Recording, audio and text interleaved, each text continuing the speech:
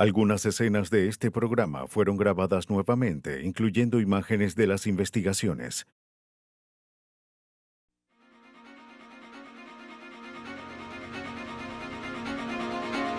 La policía de Connecticut sospecha que una mujer desaparecida fue asesinada, pero ¿cómo podrán probarlo si no han encontrado el cuerpo?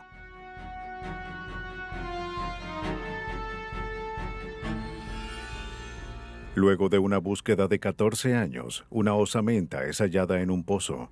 ¿Quedará evidencia para determinar lo ocurrido?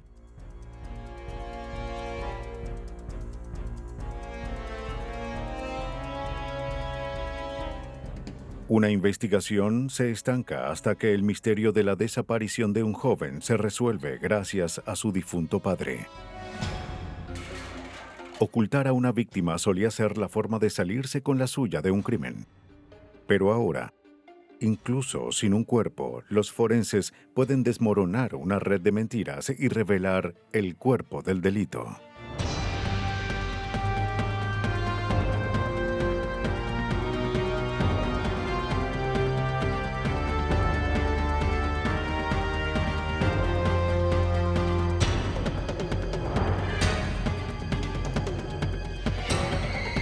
Los nuevos detectives, casos estudiados por la ciencia forense.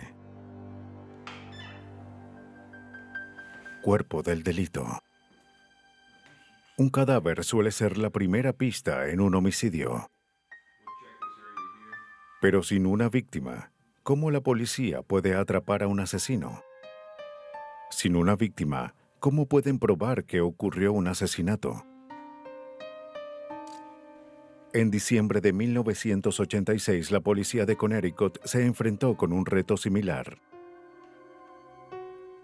Hele Craft, una aeromoza de 38 años, desapareció de su tranquilo pueblo de Newtown, Connecticut. Dejó atrás a su esposo Richard y a sus 3 hijos. Richard no se sorprendió por su desaparición. Hele había solicitado el divorcio después de descubrir que él tenía una aventura. La niñera de los Craft, Mary Thomas, estaba preocupada. Sus sospechas aumentaron cuando observó manchas de sangre en la alfombra de la habitación de Hele. Llamó a la mejor amiga de Hele, quien a su vez contactó con el abogado de ella. Según el detective Joseph De Stefano, Hele pudo haber temido por su vida. Hele explicó a su abogado que si por alguna razón desaparecía o le ocurría algo, no lo considerara como una coincidencia, que algo andaba mal, y le pidió a su abogado que investigara. Y fue exactamente lo que ocurrió. Hele desapareció. La policía interrogó a Richard Kraft. Aunque sabían que su relación con Hele era inestable, no parecía un sospechoso probable. Además de trabajar como piloto en una aerolínea comercial, Richard era agente de policía y había jurado defender la ley. El arma va hacia atrás Pero y... cuando los detectives hablaron con las amigas de Hele, sus sospechas en contra de Richard aumentaron. Cuando le preguntaban a Richard dónde estaba Hele, les daba respuestas diferentes. En una ocasión dijo que ella visitaba a su madre. En otra dijo que visitaba a su hermana.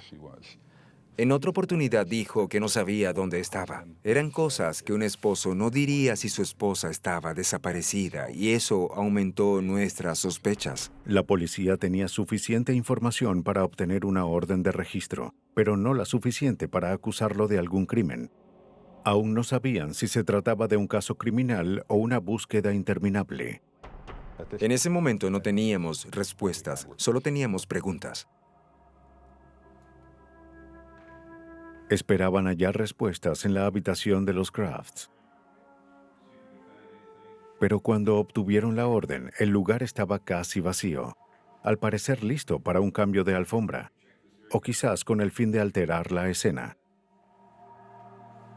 Mientras Richard iba hacia Florida para pasar la Navidad, kilómetros de distancia de la policía. Algo había ocurrido en el lugar, pero ¿el sospechoso borró toda la evidencia?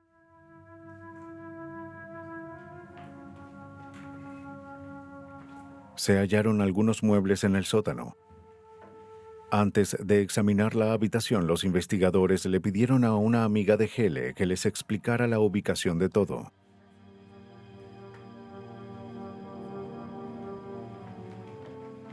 Después de organizar otra vez el cuarto, los forenses hallaron sangre en un lado de la cama. El experto Henry Lee analizó las manchas de sangre. La primera vez en que alguien es golpeado, no suele haber salpicaduras. Solo se forma una herida y cuando la sangre comienza a acumularse en la lesión, en los capilares o en la vena, se forma un cúmulo de sangre. En el segundo golpe ocurre la salpicadura. Según el tamaño y la distancia de las manchas en la cama, Lee determinó que las salpicaduras fueron de velocidad media. Eso le indicó qué tipo de arma fue usada. Fue un objeto contundente, pero no sabíamos si era un martillo, un hacha o una linterna. Pudo ser cualquier objeto contundente. Pero Lee y los investigadores concordaron en algo. Habían encontrado la escena del crimen, lo que indicaba un asesinato.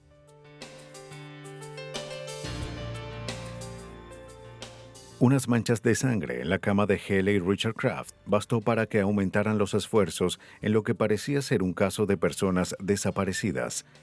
La policía creía que Hele estaba muerta y que Richard Kraft era el asesino. Pero las pruebas eran escasas. Los oficiales se guiaban más por su intuición que por evidencia.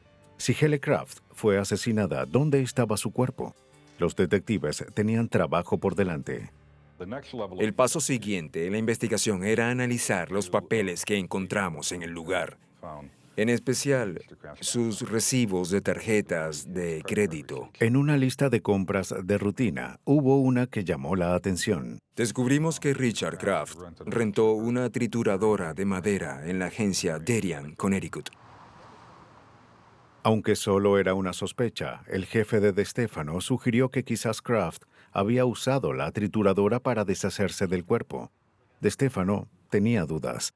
Lo primero que pensé es que cosas así no sucedían. Ocurrían en televisión, pero no en la vida real. Fue a la agencia de alquiler para averiguar si era posible usar una trituradora para deshacerse de un cuerpo.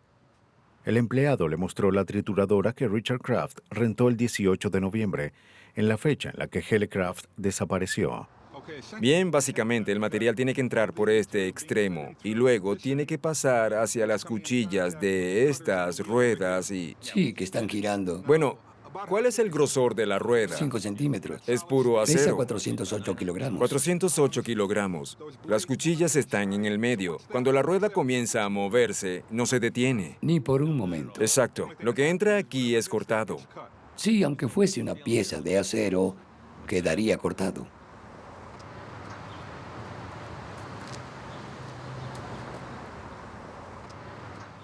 Al fondo están las cuchillas. Por allá, sí. Entonces, es una pieza de metal de 90 kilogramos, con cuchillas por allá. Nadie puede detener esto. Para nada. Aunque la trituradora podía destruir todo lo que le arrojaran, solo podían ser objetos de 30 centímetros de altura. Deshacerse de un cuerpo de esa forma era improbable, pero no imposible. Parecía algo descabellado. Pero mientras DeStefano analizaba la trituradora, otros detectives hablaron con obreros de la localidad para ver si habían visto algo que pudiera ser una pista. Uno de ellos recordó que había salido a tempranas horas de la mañana, el 19 de noviembre. Vio a alguien que encendió una trituradora en River Road, al lado del río Housatonic. Esa declaración evitó que el caso se estancara. Los detectives se dirigieron a River Road. Cuando los investigadores llegaron, encontraron rastros de madera en el suelo. Y al explorar el área en la orilla, hallaron sobres con la dirección de Hele Kraft. En ese momento, pensamos que habíamos encontrado algo que era muy fuera de lo común. Los investigadores recogieron 33 bolsas de escombros en el área de River Road. Enviaron las bolsas a la estación para analizarlas fragmento por fragmento. Separaron todo lo que no fuese madera u hojas. Primero encontramos un cabello.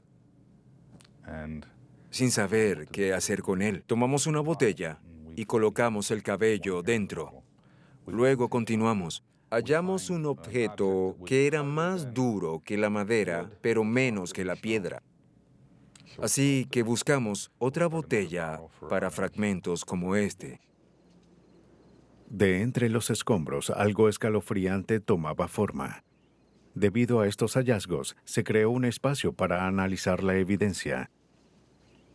Konstantin Karasulas, odontólogo forense de la policía experto en el área, acudió al lugar para localizar restos dentales humanos. Lo que hicimos fue reunir evidencia, llevarla a la tienda, añadirle agua, colocarla en un filtro y luego buscar cosas que fuesen humanas, partes humanas. La evidencia circunstancial se amontonaba, la sangre en la habitación, la trituradora de madera y los fragmentos sin identificar encontrados. Pero aún no había un cuerpo. Y sin un cuerpo no había crimen. Debían encontrar algo más sólido. Los investigadores sabían que debían avanzar en el caso, o el asesino podía escapar. Mientras se hallaba más evidencia en River Road, la policía seguía interrogando a posibles testigos. Uno observó a un hombre con una trituradora el 19 de noviembre en un puente a casi 2 kilómetros al sur de River Road. Se enviaron buzos al puente para ver qué podían encontrar.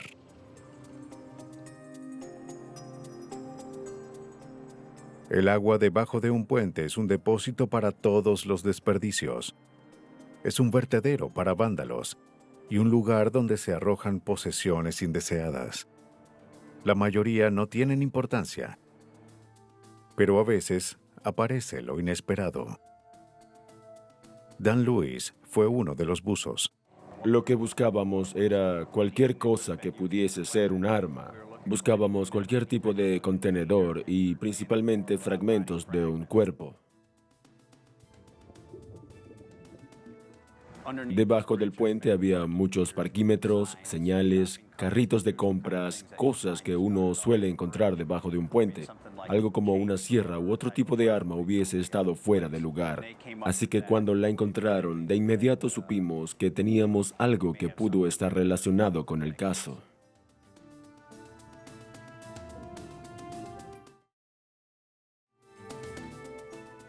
Como todo lo demás en ese caso, la sierra era circunstancial.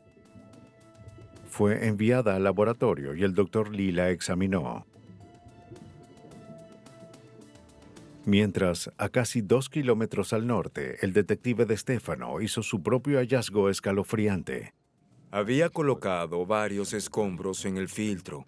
Coloqué el agua e hice lo que normalmente hacía, que era revisarlos con los dedos para asegurarme de que se limpiaran. Al hacerlo, ya tenía una idea de lo que se trataba, ya que los fragmentos de madera tienen una consistencia en particular. Mientras revisaba, sentía algo que no parecía madera. Era resbaloso. Luego lo coloqué bajo la luz y vi que era la punta de un dedo. La evidencia del crimen era cada vez más clara. Pero aún no bastaba para probar que Hele fue asesinada o para identificar a su asesino.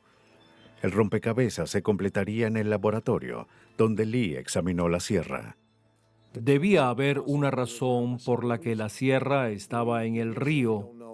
Al principio no sabíamos cuál era la conexión, pero al examinarla encontramos el fragmento de un cabello.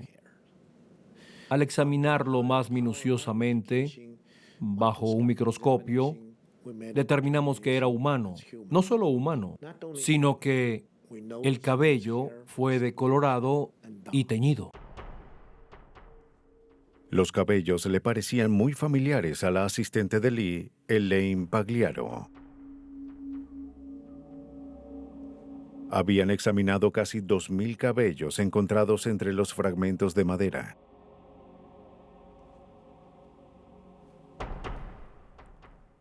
Las puntas parecían hebras de una brocha. Esta apariencia ocurre principalmente cuando el cabello está en un tejido y el tejido comienza a podrirse y los químicos de la descomposición cambian la apariencia de la raíz, haciéndola parecer a una brocha. Ese detalle es importante en un caso como este, ya que indica que el cabello estaba en el tejido y que no provenía de desperdicios de una peluquería lanzados en el lugar. Los cabellos se compararon con muestras de las víctimas encontradas en la casa de los Kraft. Coincidieron. Luego analizaron la sierra.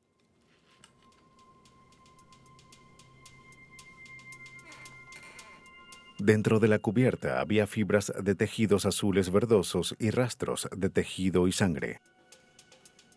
Las fibras eran del mismo color que el del camisón de Hele.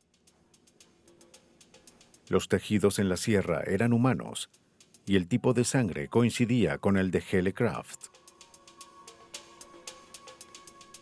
Ahora había que descubrir a quién pertenecía la sierra. El número de serie estaba corroído por el agua, pero Elaine Pagliaro pudo recuperarlo. Debido a la naturaleza del metal, la impresión contenía varias capas, así que aunque se elimine la capa superior, uno puede revelar las áreas marcadas debajo al quitar esa porción dañada.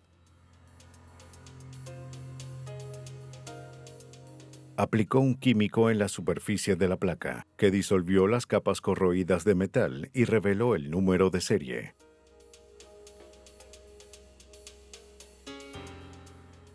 El número era E5921616.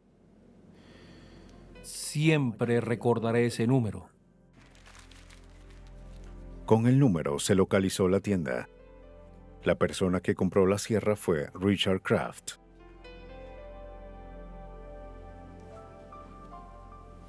La ciencia forense vinculó la sierra con la víctima y el asesino.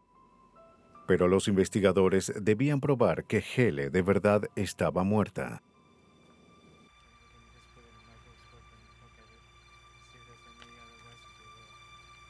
Luego de revisar las orillas de River Road por más de una semana, el doctor Carasulas encontró la pieza faltante del misterio. Cuando miré abajo, había un objeto. Y ese objeto resultó ser un diente humano. Para el forense, esto fue como un santo grial. Sabía que tenía todo lo que necesitaba para identificar a una persona. Al comparar el diente con los registros, se determinó que era de Hele Craft. Pero esto reveló mucho más. Había parte de la mandíbula en el diente y parte de la raíz ya no estaba.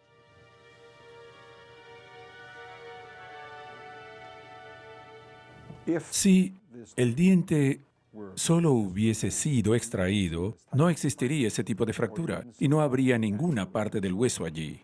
Por eso creo que algo desprendió el diente de su lugar en la mandíbula y rompió en pedazos lo que lo sostenía.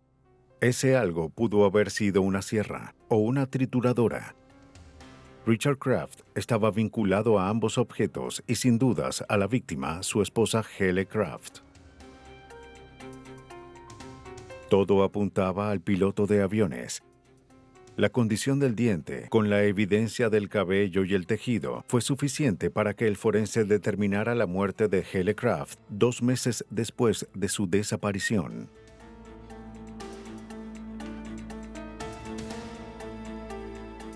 Según la evidencia reunida, la policía reconstruyó cómo pudo ocurrir la muerte de Hele Craft. En la noche del 18 de noviembre, Hele se preparaba para dormir cuando Robert la golpeó con un objeto contundente.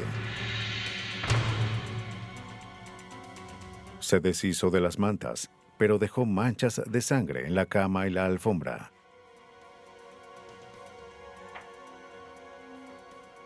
Ya había rentado la trituradora, probablemente para otro objetivo. Luego se dio cuenta de que tenía la oportunidad de matar a su esposa y usar la trituradora para deshacerse del cuerpo. Pero sabía que el cuerpo no cabría en la trituradora. Por esa razón, usó la sierra. Esto no es algo que le harías ni a un animal. Es algo que no es normal. Va mucho más allá de los límites de lo que alguien puede hacerle a otro. Solo se hallaron 170 gramos de los restos de Hele Craft, menos de una milésima parte de un cuerpo humano.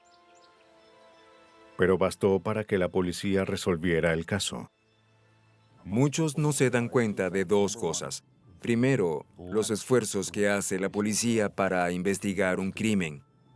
Y segundo, el poder de la ciencia. No conocen los nuevos adelantos que se han descubierto en los últimos años que revolucionaron la ciencia de la investigación forense. Es increíble lo que se puede lograr al unir la ciencia con la investigación. Por su crimen, Richard Craft recibió una sentencia de 50 años.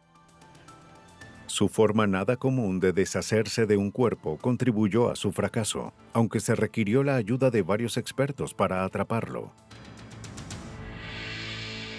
Pero no todos tienen acceso a esos recursos.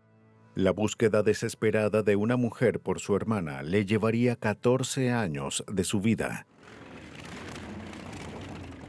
Ava DeHart buscaba divertirse, pero cayó en malas compañías. Sus amigos eran un grupo diverso de aspirantes a motociclistas, una pequeña amenaza en el tranquilo pueblo de Fredericksburg, Virginia, en 1982. Solían reunirse en un lugar llamado The Joker's Wild. Era un grupo de jóvenes sin nada que hacer. El novio de Ava era el líder del grupo. Se llamaba George Patsolas, pero se hacía llamar George Sparta. Era un hombre más temido que respetado.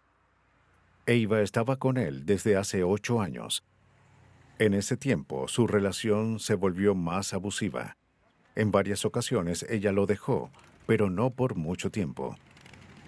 El 20 de julio de 1982, Ava salió de su casa para trabajar en el Joker's Wild. Esa fue la última vez que la vieron con vida.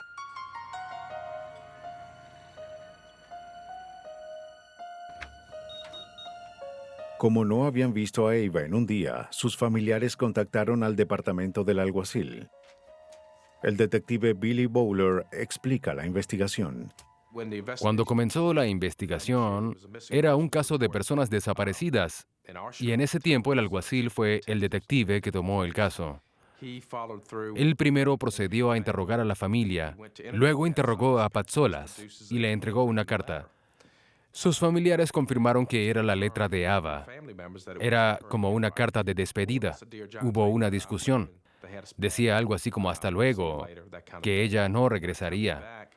Si George sabía dónde estaba Ava, no lo dijo, al igual que los demás. Sin pistas ni evidencia de un crimen, la investigación no pudo avanzar más. Creo que Patsolas fue considerado sospechoso o el responsable desde el principio, pero no habían podido obtener información. No había un cuerpo. No había ninguna evidencia forense. Ava DeHart no estaba. Y la familia de Ava no sintió ningún alivio. La hermana de Ava sospechaba que el grupo en el bar ocultaba algo. Creía que la policía no se tomaba el caso en serio. Sabía que para encontrar a Ava tendría que trabajar sola. Su actitud era difícil de tolerar al principio, ya que les mencionaba un rumor que escuché o que alguien había dicho algo y ellos decían que lo investigarían y me contactarían y así era vez tras vez. Era una montaña rusa, era una locura hablar con ellos y darles información y que no averiguaran nada. Era algo difícil de soportar. Debbie no se rindió en su búsqueda de la verdad. Desesperada por hallar a su hermana, no dejó de interrogar a los miembros de la banda y tomaba extensas notas de la información que obtenía. Sabía que su única esperanza yacía en ese grupo de motociclistas que afirmaban ser amigos de Ava. Pero ninguno habló. Todos temían a George Patsolas. Las semanas se convirtieron en años, pero Debbie no se rindió, aunque se vio obligada a reconocer que su hermana quizás estaba muerta. Mis amigos dicen que cuando me decido hacer algo, no me rindo. Y creo que yo misma pensé muchas veces que siempre supe que ella estaba muerta, pero en mi propia mente dudaba sobre lo que había ocurrido. En 1996, una noticia llamó la atención de Debbie, la historia de una mujer hallada en un baúl. Sus restos fueron encontrados en Frederick, Maryland en 1982, el mismo año en el que Ava desapareció. Las técnicas de identificación no eran tan sofisticadas. El cuerpo fue identificado erróneamente y en la nueva identificación era una joven de 22 a 26 con la misma estatura y peso y fue hallada 4 semanas después de la desaparición de mi hermana y estuvo en el baúl por 4 a 6 semanas. Así que cuando escuché eso, me estremecí. La búsqueda de su hermana la llevaría al hallazgo de restos humanos más extenso de Estados Unidos.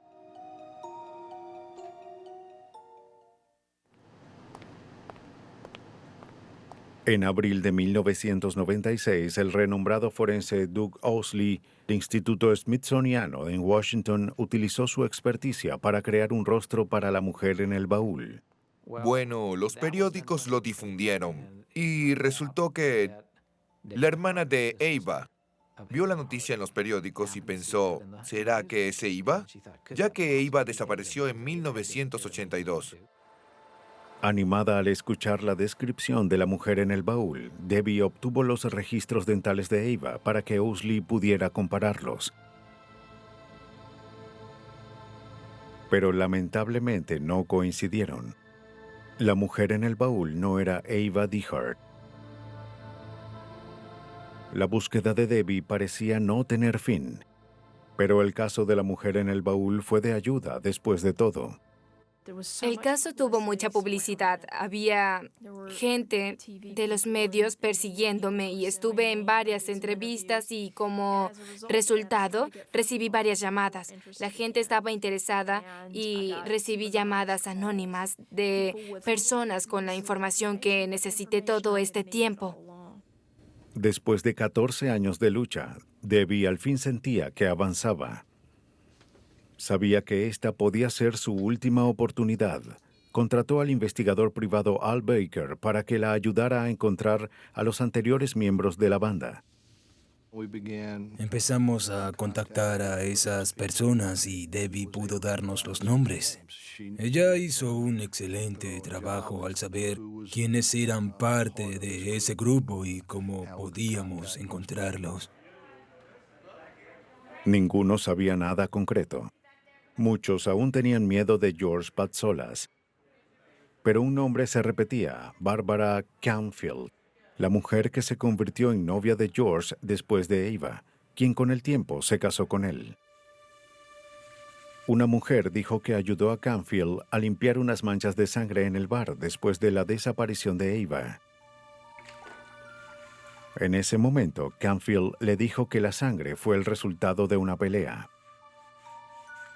Parecía que Barbara Canfield sabía algo. ¿Pero qué era? Debbie ya había hablado con ella, pero no logró nada. Ahora era el turno de Baker. Primero le dije quién era. Le di mi tarjeta con mis números de teléfono y le expliqué con calma que estábamos investigando con la familia DeHart y que no nos iríamos, que esta investigación continuaría, no se detendría y que hablaríamos con quien pudiéramos para averiguar dónde estaba Ava. No sé nada de eso. Baker siguió intentando hablar con Canfield. Como vio que él no se rendiría, ella trató de obtener un trato. Empezó a cooperar con el detective Bowler y el departamento del alguacil de Stafford. Los dirigió a una casa abandonada afuera del pueblo. Canfield le dijo a Bowler que la noche en la que Ava desapareció, George Patsolas le pidió que lo ayudara a lanzar algo pesado en un pozo. Le dijo que no hiciera preguntas. Ella no se atrevió. Nos señaló ese pozo. Luego obtuvimos una orden para registrar la propiedad. Fuimos con la policía estatal y la policía del condado de Orange. Y llamamos a los bomberos del condado de Fairfax para que nos ayudaran en el proceso de exploración del pozo. Después de asegurarse de que las condiciones eran seguras, bajaron lentamente hacia las claustrofóbicas profundidades del pozo. El agujero era de 0.18 metros cuadrados por 2 metros de profundidad.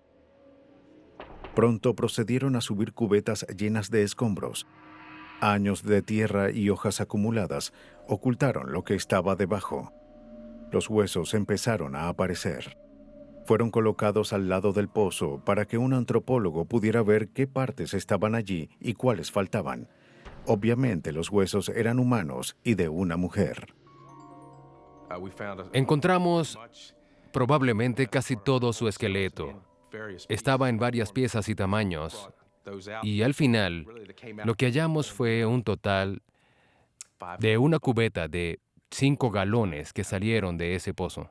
Parecía que el misterio de la desaparición de Ava se había resuelto. ¿Pero de verdad eran sus restos? Al comparar los registros dentales de Ava, se confirmó la terrible pero tranquilizadora verdad. La hermana de Debbie Dihart había sido encontrada. Absolutamente fue mejor para nosotros encontrarla que nunca encontrarla. Creo que no nos dimos cuenta que nunca nos habríamos recuperado si no la hubiéramos encontrado. En el nombre de la justicia y para la familia Dihart, Owsley debía determinar cómo murió Ava. Mi papel era determinar los hechos, y lo que tuve que hacer fue examinar cuidadosamente la osamenta. Cuando uno sabe analizarla, es fenomenal lo que puede decir. Fue el caso de la osamenta de Ava Dihart. Nos indicó exactamente lo que le ocurrió y nos dio todas las pistas para determinar cuál era su identificación. Owsley analizó cada centímetro y cada fractura para determinar la causa de la muerte. ¿Fue asesinada en otro lugar y luego arrojada en el pozo? ¿Murió debido a la caída? ¿O aún estaba viva y fue dejada allí para morir? Se observaron lesiones causadas por la caída solo en la parte inferior del cuerpo. Las fracturas en los pies, las piernas, los muslos y la pelvis fueron causadas por la caída en el pozo. Cuando fue lanzada, sus pies tocaron en el fondo y eso causó fracturas en algunos huesos. La fuerza subió hacia la tibia y rompió la articulación de las rodillas. Y con respecto a esto, al mirar el extremo distal del fémur, ambas coinciden. La fuerza comprime el extremo distal del fémur y causa una fractura de compresión aquí.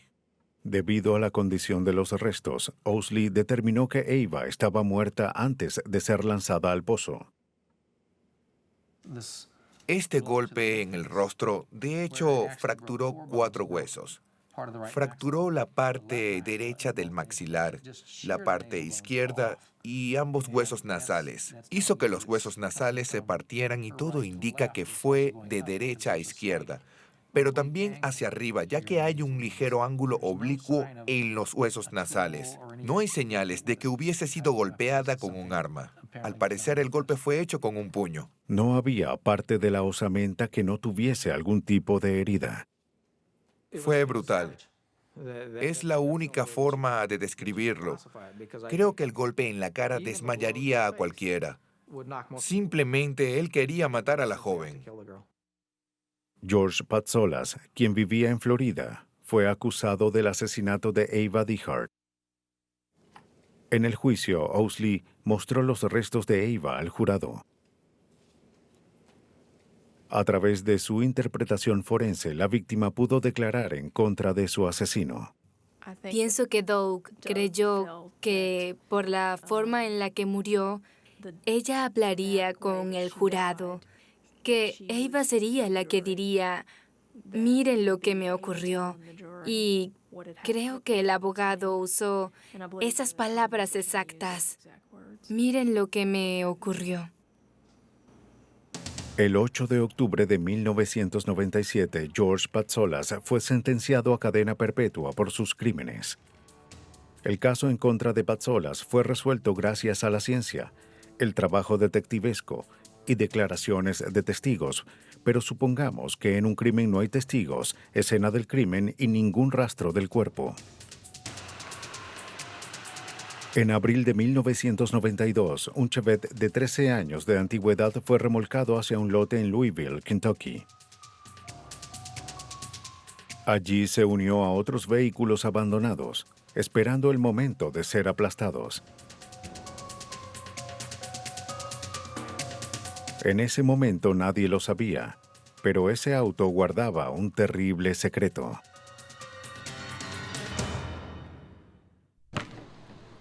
¡La tengo! ¡John! Todos en New Albany, Indiana, sabían que Eric Humbert y Jonathan Whiteside eran los mejores amigos. ¡Es mía! ¡Lánzala! Estuvo cerca. Sí, para la próxima. Trabajaban juntos en el Servicio Geológico de Estados Unidos y jugaban después de trabajar y los fines de semana. Así que lo lógico era que John Whiteside hubiese sido la última persona en ver con vida a Eric Humbert. En la tarde del 15 de enero de 1991, después de un juego de básquet con sus compañeros, los dos condujeron hacia un taller para dejar el auto de Whiteside antes de dirigirse a casa. Pero a las 9:30 de esa noche, Humbert aún no había llegado a su casa.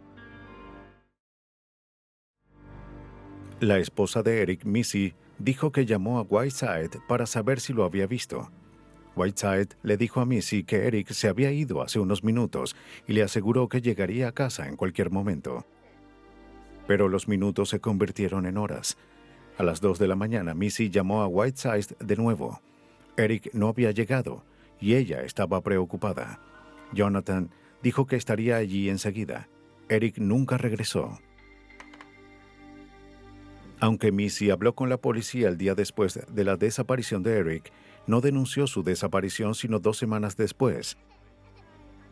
Su relación tenía problemas, y ella pensó que Eric quizás quería pasar algo de tiempo solo. Pero ahora creía que algo terrible había pasado. Eric se había marchado por mucho tiempo. No habría abandonado a su hijo de 18 meses.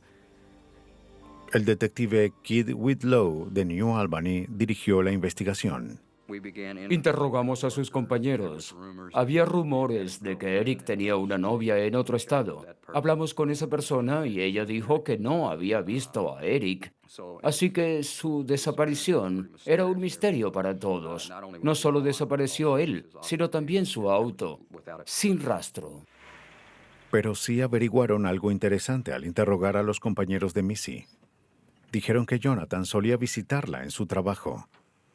Y algunos afirmaban que Jonathan y Missy tenían una aventura.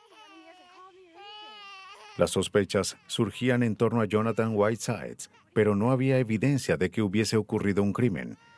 Nada lo vinculaba con algo ilegal. Los dos eran culpables de indiscreción, pero la ley no penaba eso. Los meses pasaron. Parecía que a Eric y a su auto se los había tragado la tierra. Mientras Whiteside se mudó con Missy y su hijo.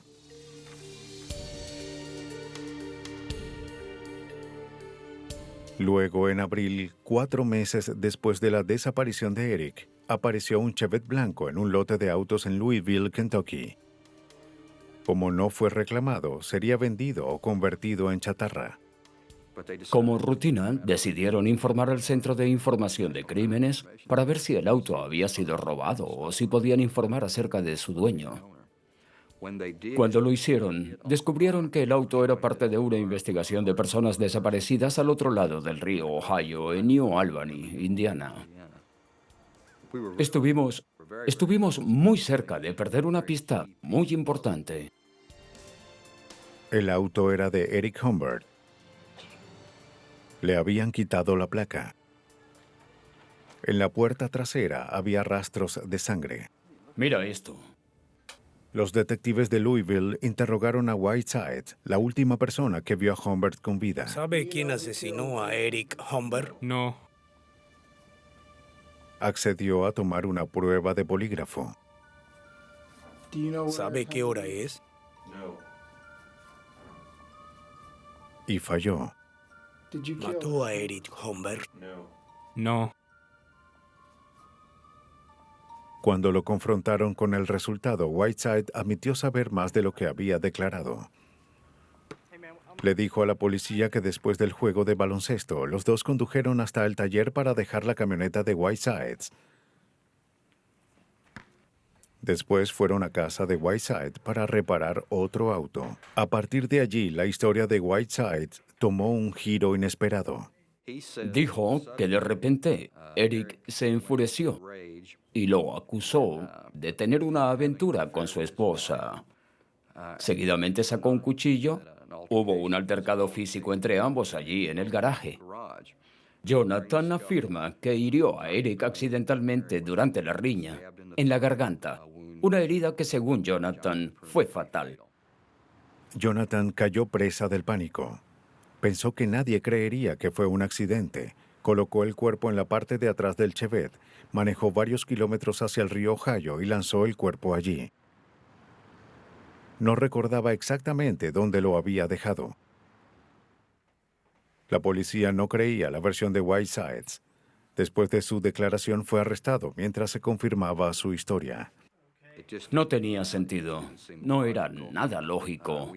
Incluso pedimos a 2 oficiales que simularan la pelea que él describía y vimos que era muy difícil de creer que todo hubiese ocurrido en la forma en que él lo menciona. A menos que apareciera el cuerpo, la única evidencia física para probar o refutar la teoría de Whiteside era el Chevette ensangrentado. Las manchas en la puerta trasera confirmaban que un cuerpo había sido colocado allí.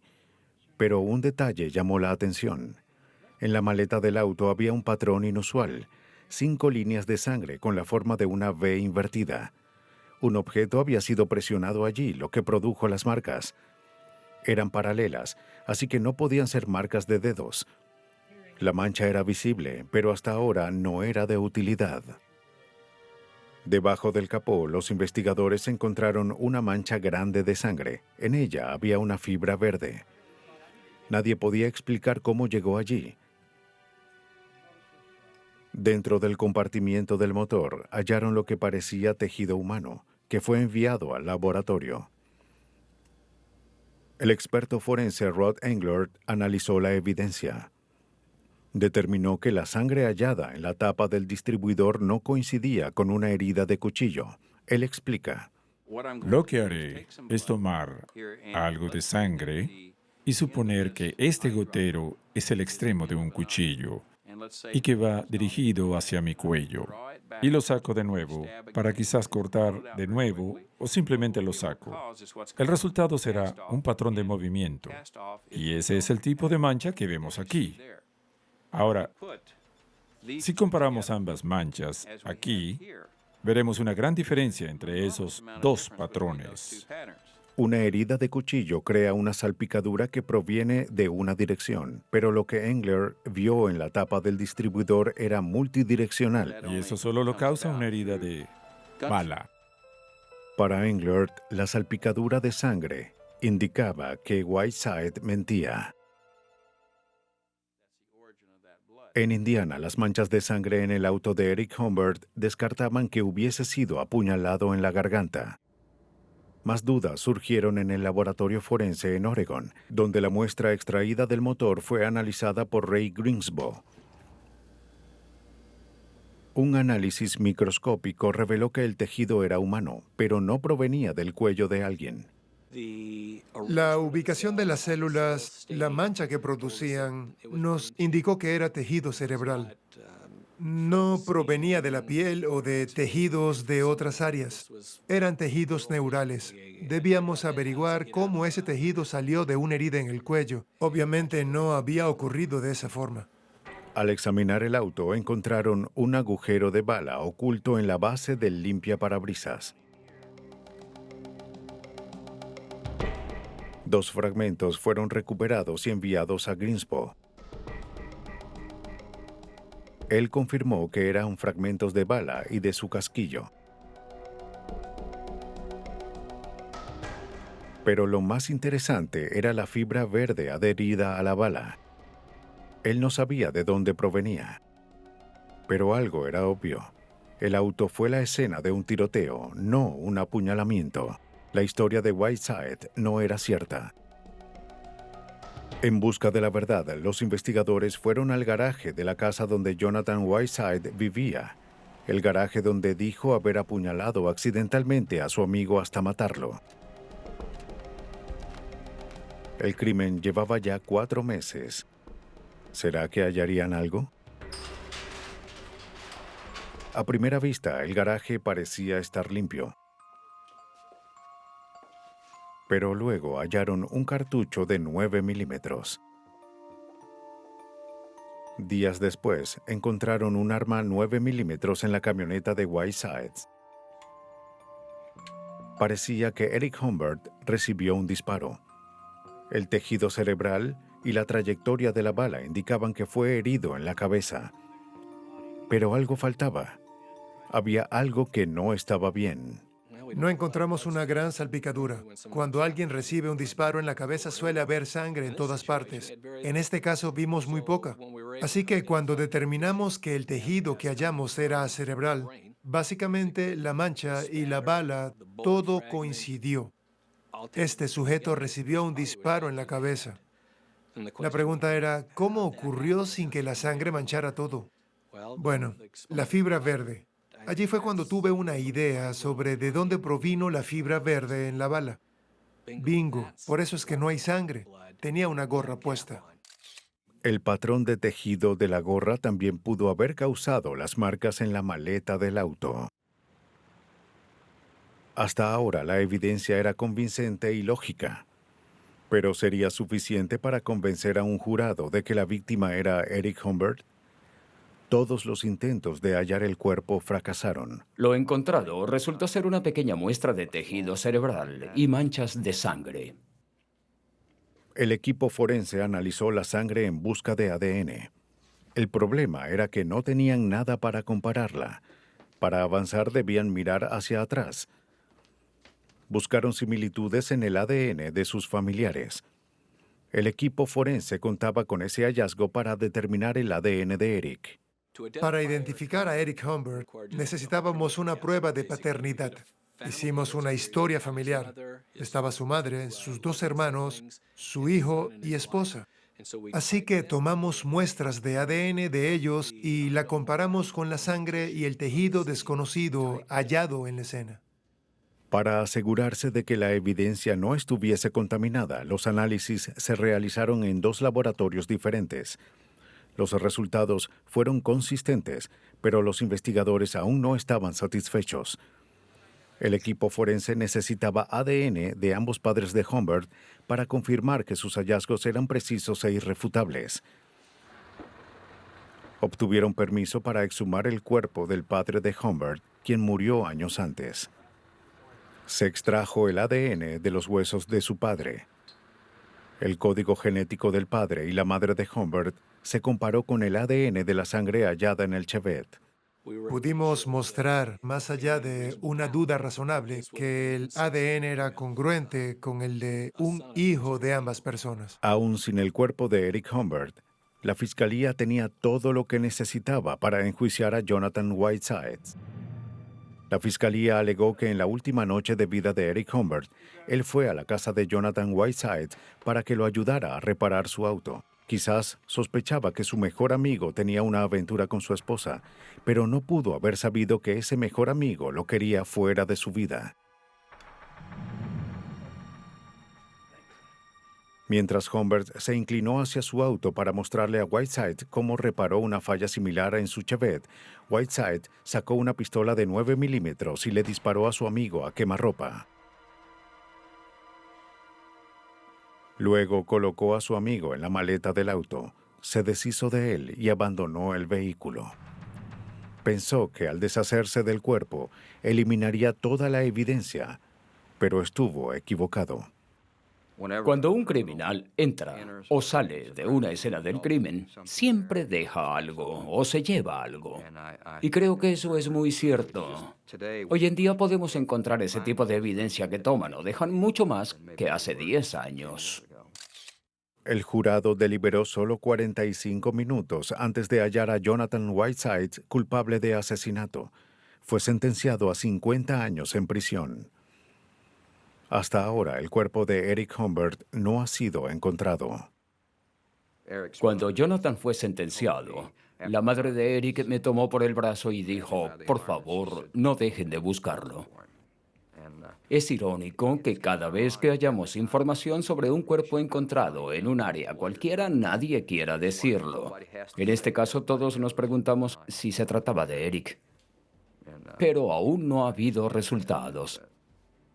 Seguimos buscándolo. Claro que lo buscamos. No hace mucho, cuando las víctimas desaparecían, los asesinos escapaban. Pero hoy todo está cambiando. Las leyes de la justicia se han aliado con las de la ciencia. Y aunque una víctima no sea encontrada, su asesino sí será atrapado.